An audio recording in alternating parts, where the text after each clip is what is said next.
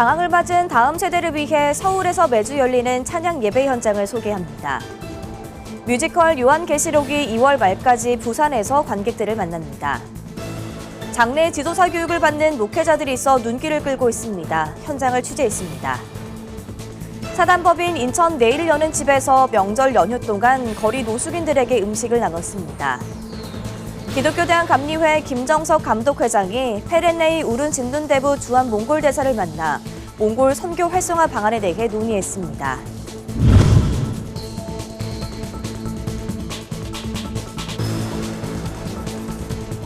시청자 여러분 안녕하십니까? 구티비 뉴스입니다. 새로운 한 해를 맞이한 크리스천들의 모습은 어떨까요? 성경 읽기, 필사, 새벽기도 등 신앙 성장을 위한 다짐들로 가슴 벅찬 분들 계실 겁니다. 그런가 하면 청년들은 방학 기간 수련회와 캠프를 찾아 지역 곳곳을 다니기도 하는데요. 특별히 서울에선 이런 다음 세대들을 위해 매주 찬양 정기 예배가 열리고 있습니다. 정기 예배 소식 배보경 기자가 보도합니다.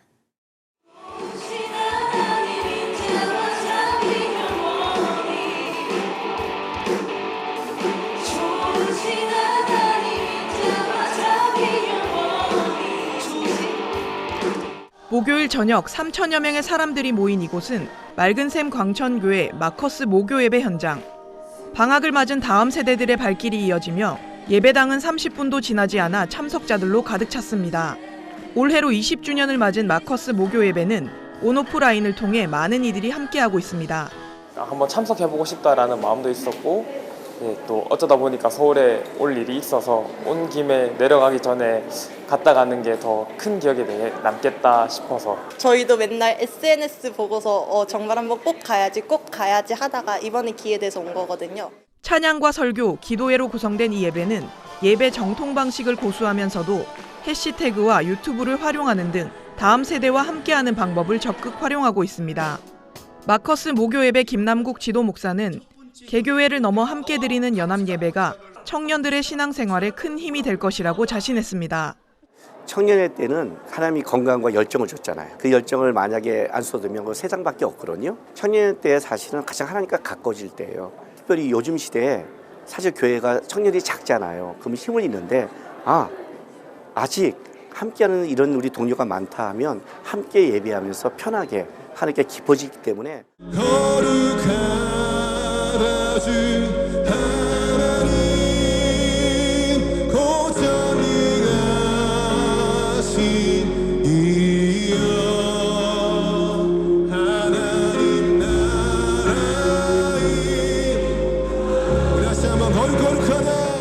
또 다른 예배의 현장입니다. 이곳은 매주 화요일 저녁 7시 30분 신용산 교회에서 열리는 예수전도단 화요 모임입니다.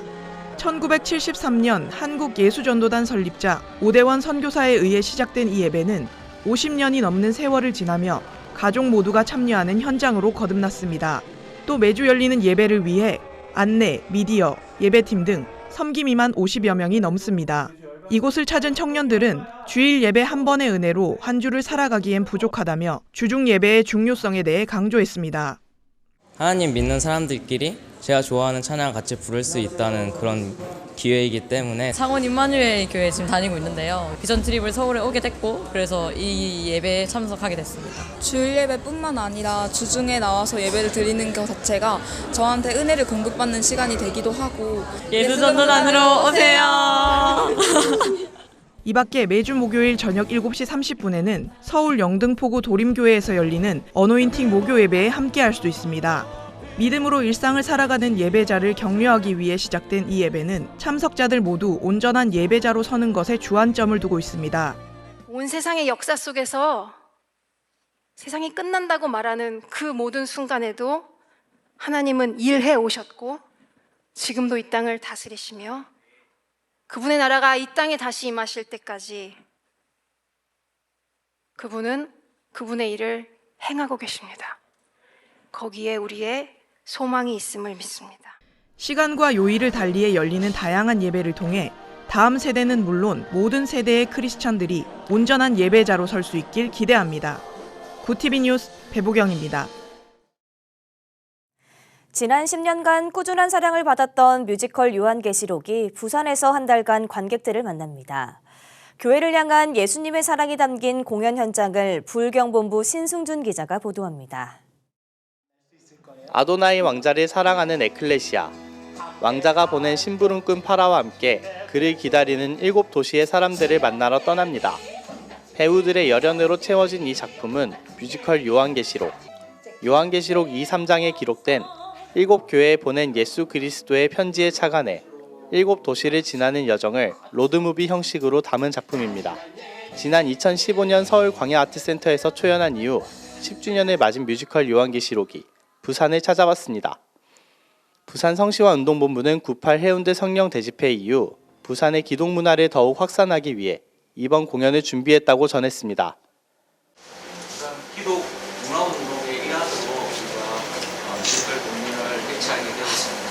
지속적으로 문화에 대한 관심을 가지고 우리 다음 세대를 볼 수 있는 전시회가 되는데 열심히 노력하고 있습니다. 그래서 오늘 보시고 더 많은 분들이 우리 자리에 함께 해주셔서 응원을 개원할 수 있어서 너무나 감사할 것 같습니다. 성경 66권 중 마지막인 요한계시록은 수많은 숫자와 색깔, 동물들이 등장하는 비유와 상징으로 해석을 두고 기독교 안에서는 논쟁이 끊이지 않았습니다. 뮤지컬 요한계시록은 전문가 검수를 거쳐 예수 그리스도를 신랑, 교회를 신부로 칭하는 기독교적 비유를 토대로 돌아오겠다고 약속한 아도나이 왕자와 그의 약속을 믿고 기다림의 여행을 이어가는 에클레시아의 러브 스토리를 그려냈습니다. 그리고 그 스토리는 주님의 교회는 반드시 승리한다는 메시지를 전합니다. 이 뮤지컬 요한계시록에 오시는 많은 분들이 요한계시록이 사랑의 편지였구나, 이것을 좀 함께 누리시고, 그래서 이 공연의 마지막 주제가 주님의 교회는 끝까지 승리했다라고 하는 것입니다. 한국 교회가 많이 어려워 보이지만 그러나 우리의 마지막 승리는 이미 결정되어 있거든요. 그 사실을 믿으시고 함께 주님의 말씀으로 격려되는 시간이 됐으면 참 좋겠습니다. 김 대표는 공연 전 작품의 의미와 핵심 메시지를 설명하며 관객들의 이해를 도왔습니다.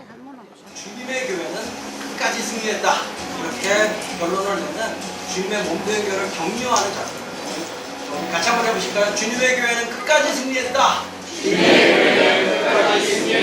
공연이 끝난 후 관객들은 작품에서 받은 감동과 재미 등 저마다의 소감을 밝혔습니다.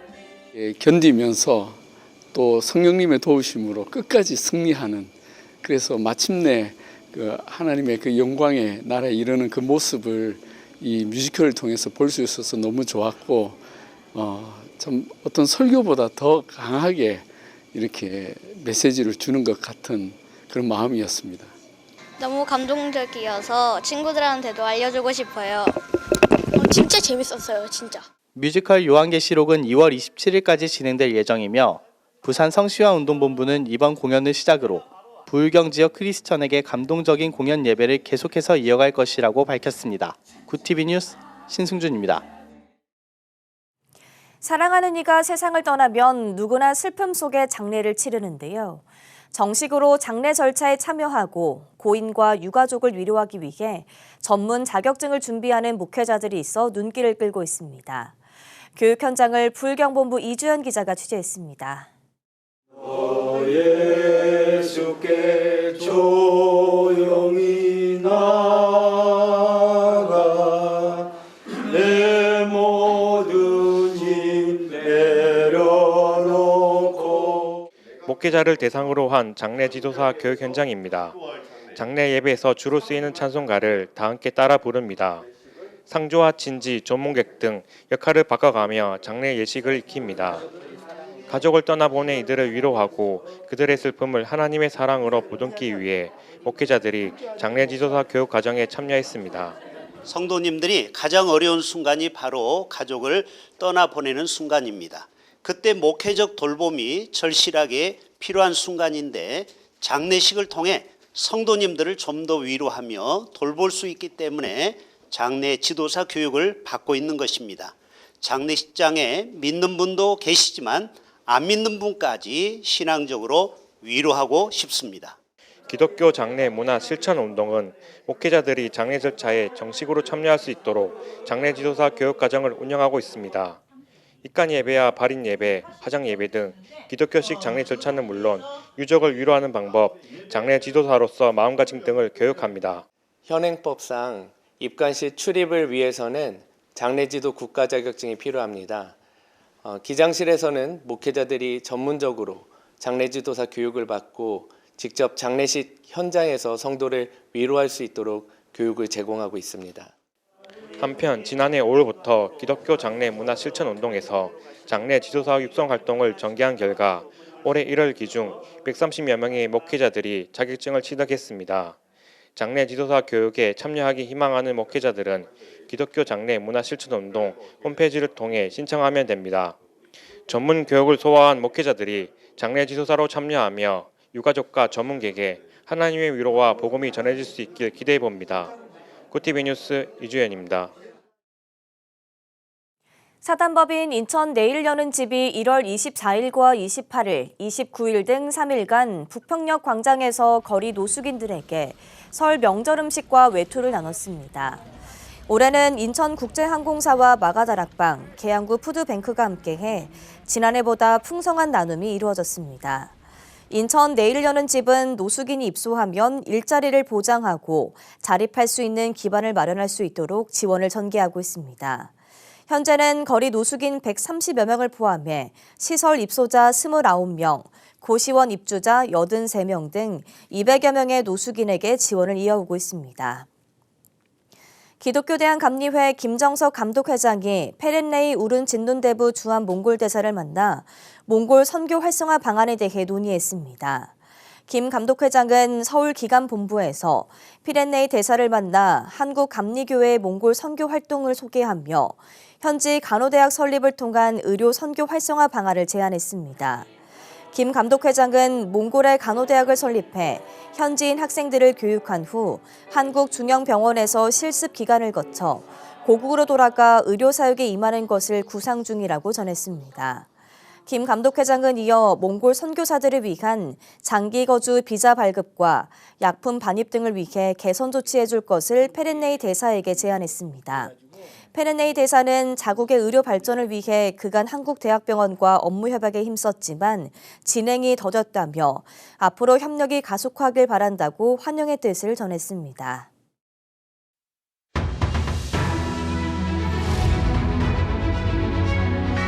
오늘의 이슈 포커스입니다. 최상목 대통령 권한대행이 야당 주도로 국회를 통과한 두 번째 내란 특검법에 대해서도 제2요구권, 이른바 거부권을 행사했습니다. 권한대행으로선 역대 가장 많은 7번째 거부권 행사입니다. 최 권한대행은 31일 정부 서울청사에서 국무회의를 주재하고 헌법 질서와 국익 수호, 당면한 위기 대응의 절박함과 국민의 바람 등을 종합적으로 고려해 이같이 결정했다고 밝혔습니다. 이어 현재 대통령을 포함한 군경의 핵심 인물들이 구속 기소됐다며 별도의 특검을 도입하기보다 진행 중인 재판을 통해 진실을 규명하는 것이 우선이라고 강조했습니다.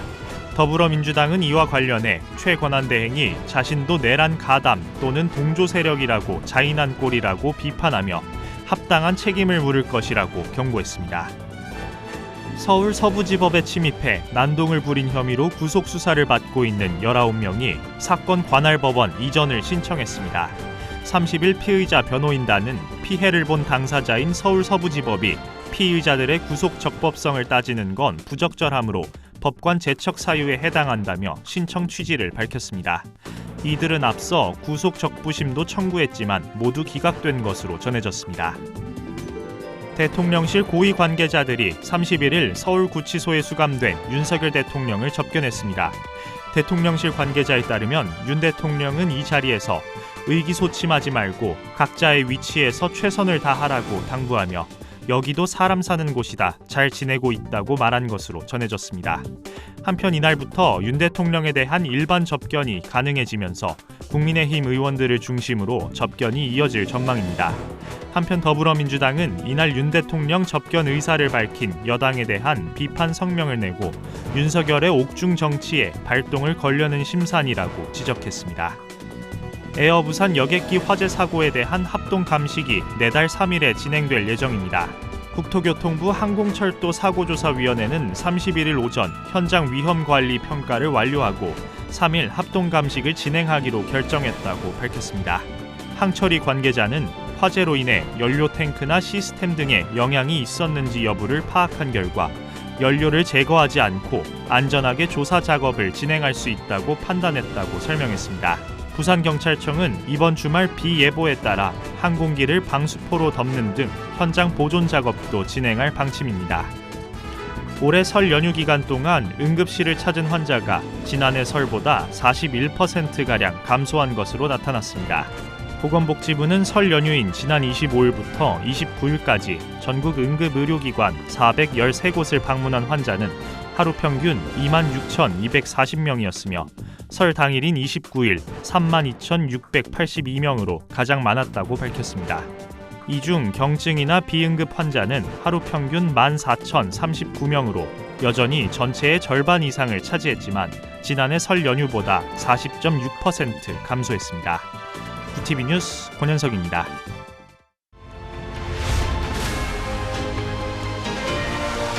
ETV 월드와이드입니다.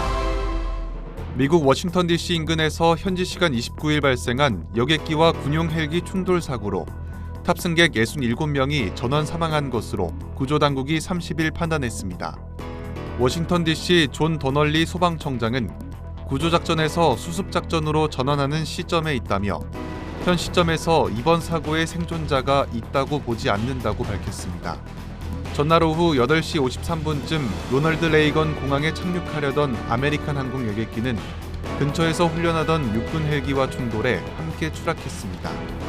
이스라엘과 팔레스타인 무장정파 하마스가 현지 시간 30일 수감자와 인질 3차 교환을 마쳤습니다. 이스라엘군에 따르면 이스라엘인 3명과 태국인 5명이 풀려났습니다. 이들은 2023년 10월 27일 하마스에 끌려간 지 482일 만에 풀려난 것으로 일부는 이스라엘 남부의 가자지구 경계에 마련된 장소에 도착했으며 가족과 상봉한 뒤 간단한 건강검진을 받았습니다. 인질 석방 과정에서 팔레스타인 군중이 몰리며 위협적인 분위기가 조성되자 베냐민 네타냐후 이스라엘 총리는 중재국들은 이런 일이 다시 벌어지지 않도록 인질의 안전을 보장해야 한다고 강조했습니다. 러시아가 현지 시간 30일 우크라이나 북동부 수미 지역의 아파트 건물을 공격해 최소 9명이 숨지고 13명이 다쳤다고 볼로디미르 젤렌스키 우크라이나 대통령이 밝혔습니다. AP 등에 따르면 젤렌스키 대통령은 러시아의 샤헤드 드론이 충돌한 현장에서 구조 작업이 진행 중이라고 말했습니다. 수미 지역 당국은 이날 새벽 1시 직후 이란제 자폭 드론 샤헤드가 아파트 5채를 파괴하고 차량 20여 대에 파손을 가했다고 밝혔습니다. 부상자 중에는 어린이도 포함됐다고 당국은 덧붙였습니다. 미국 상무부는 작년 4분기 국내 총생산 증가율이 연율 2.3%로 집계됐다고 현지 시간 30일 밝혔습니다. 이는 작년 3분기의 3.1%보다 낮고 블룸버그와 로이터 전문가 전망치인 2.6에서 2.7%보다도 하락한 수치입니다. 2024년 연간 성장률은 2.8%로 집계됐습니다. 다만 미국 GDP의 약 3분의 1을 차지하는 개인 소비는 노동시장에 힘입어 연율 4.2%로 전기 대비 증가한 걸로 나타났습니다. 유럽 각국 정부가 중국 인공지능 스타트업 딥시크의 정보보호와 안보 문제 등을 점검하기 시작했다고 블룸버그 통신 등 현지 언론이 30일 보도했습니다. 아일랜드 데이터보호위원회는 딥시크의 아일랜드 사용자 관련 데이터 처리에 대한 정보 제공을 요청하는 서한을 발송했습니다. 영국 정부는 딥시크를 국가안보 측면에서 조사하고 있다고 폴리티코가 전했습니다. 이탈리아 개인정보보호기관인 가란테도 딥시크 측의 사용자 데이터 처리 방식에 대한 질의서를 보냈습니다. 구티비 뉴스 장정훈입니다.